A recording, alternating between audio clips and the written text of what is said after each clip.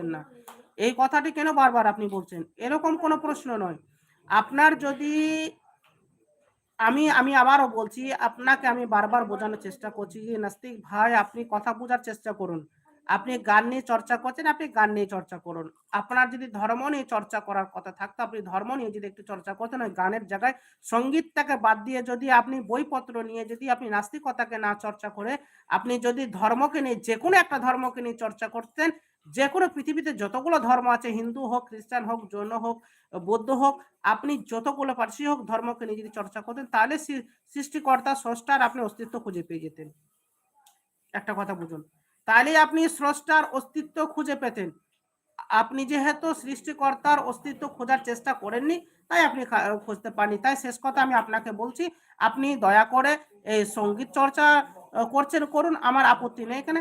সাথে, সাথে আপনি একটা বইপত্র নিয়ে আপনি সৃষ্টিকর্তা সম্পর্কে